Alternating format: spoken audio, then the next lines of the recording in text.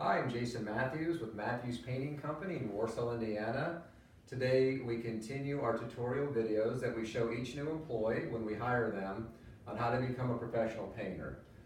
This part is video 1 of 2 on basic rolling of a wall. We're going to start out with no paint, and then you'll see in our next video we'll actually put some paint on the wall. What we do first, if we're going to set up our 18-inch cover here, the very first thing we do is we tape our cover. So you might be wondering, why do we do that?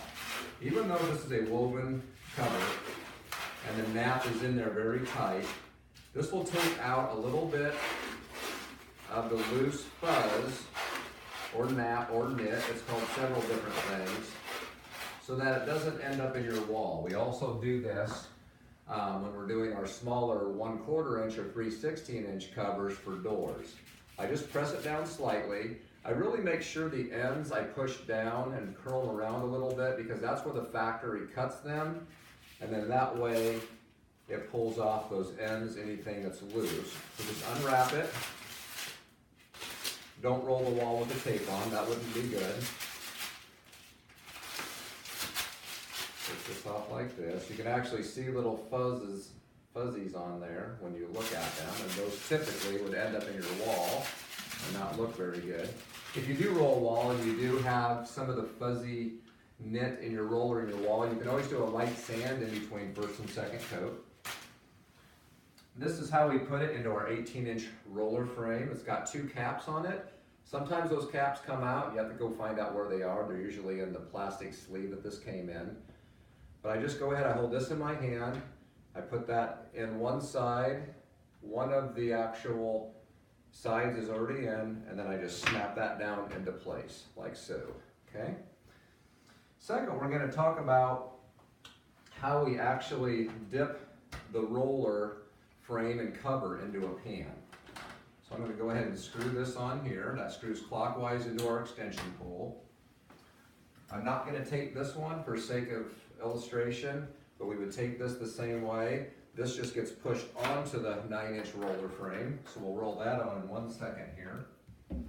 So when we roll our actual paint, what I did here is I put a couple pieces of tape in these roller pans. So this 9-inch roller pan and this 18-inch roller pan. That's just replicating about how much paint we would have in these pans. You don't want to fill your paint way up high on these ridges because you need a little bit of those ridges to be able to knock off some of the paint. So that blue tape right there is actually replicating how much paint's in there. I'm going to actually just tip this up a little bit so you can see it a little better on the video moving. And so what we would do here is we would just what's called kissing the paint. So I'm just taking it, and if that paint is up to that line, I'm just touching or even coming backwards, trying to load my actual roller cover. Do not come way into the paint like this. You'll flood your ends. You'll have what's called ropes, which are vertical ridges, and that'll be leaking all day on you. So it's just called kissing the paint. We're actually just gonna come in here and just touch the actual paint where it's coming up to. Sometimes we'll come backwards or we'll go down into it like this. We're not putting a lot of pressure on it. You would only do that if you got to an end of a wall and you needed a little bit of paint. You would put some pressure to try to get some excess paint out. The idea is to really load the roller cover. So at times, I'm actually lifting up here, creating less pressure on my roller so it's pulling even more and more paint into the roller cover itself. You do not want to be pushing hard, but rather it's really soft so it's actually loading up. We would also do the same on the 9-inch.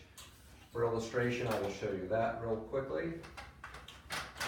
I'll unscrew this. Screw the 9-inch frame on. And again, if your paint was up to that blue line, we would just be touching it as well as bringing it back.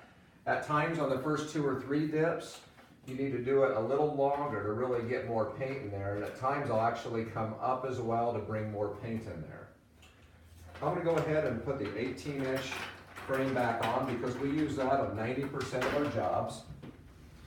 And I'm going to show you what we do when we actually bring it to the wall full of paint. So after I get this loaded full of paint, typically it's just about dripping, especially if you have a whole wall you're gonna do like this. What we have up here is that top blue line replicates about 8 feet. Most of the walls we paint are about 8 feet high, so pretend that blue line up there is a ceiling line of about 8 feet. We're in our shop, as you can tell. We have some training going on here from the past. The blue bottom line replicates the baseboard, and of course we have our corner over here. But what we do, once we get our paint onto our roller, is typically it's dripping. That's how much paint I like to have on there. So what I'll do is I'll do a slow spin to my wall. What that does is that allows the paint not just to drip everywhere. So as I have my paint, I'm kissing the paint, I'm going to spin it slowly to my wall. And what I will do is I start center and go upward, okay? I don't just start down here and go down, paint goes everywhere, and then you get a big ridge down here, okay? If you notice when I spun it and actually went center, now I'm kind of in the middle of everything, and that's where all my paint's at. It allows me to kind of spread it out evenly. So as I've spun it to the wall and I got it here, my first is going upwards.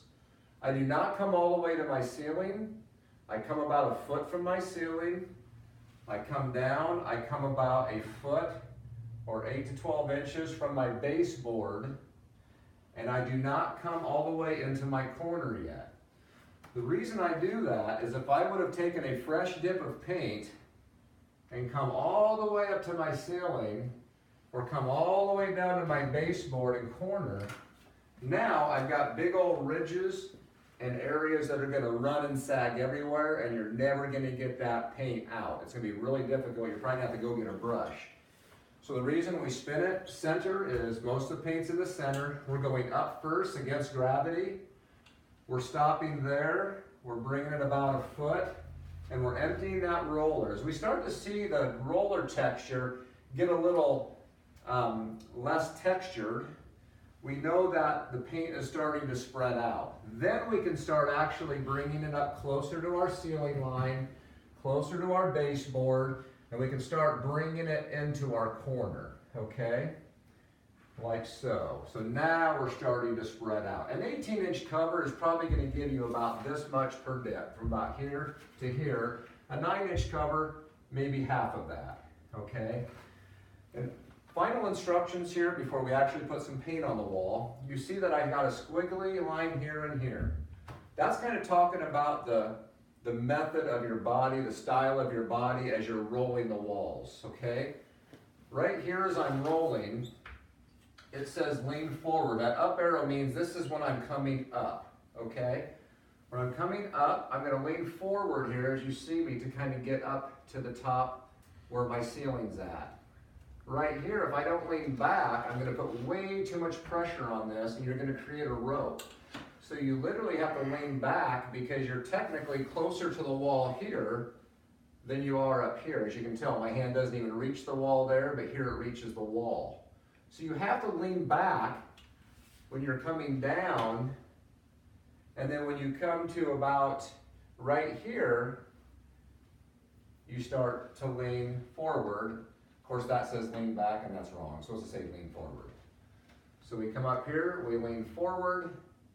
Here we start to lean back. And right here we start to lean forward, not back. That was actually labeled wrong by me, the boss. What we also do is we have a full extension with the arm. So if you're a right-hander like me, you like to have a full extension with your arm like this. The reason being is I can actually look back at you guys right now, and right now I'm not over that tape line, am I? It actually helps prevent from bumping the ceiling. So you want to be able to have full extension with your left, and it also allows you to actually roll a lot faster rather than bumping the baseboard and the ceiling line.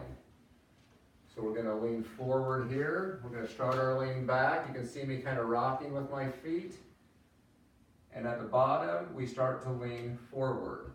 On the up, we start to lean back. I think that's why I had it labeled that way. So I'll go ahead and label that a little bit differently before we start into the painting.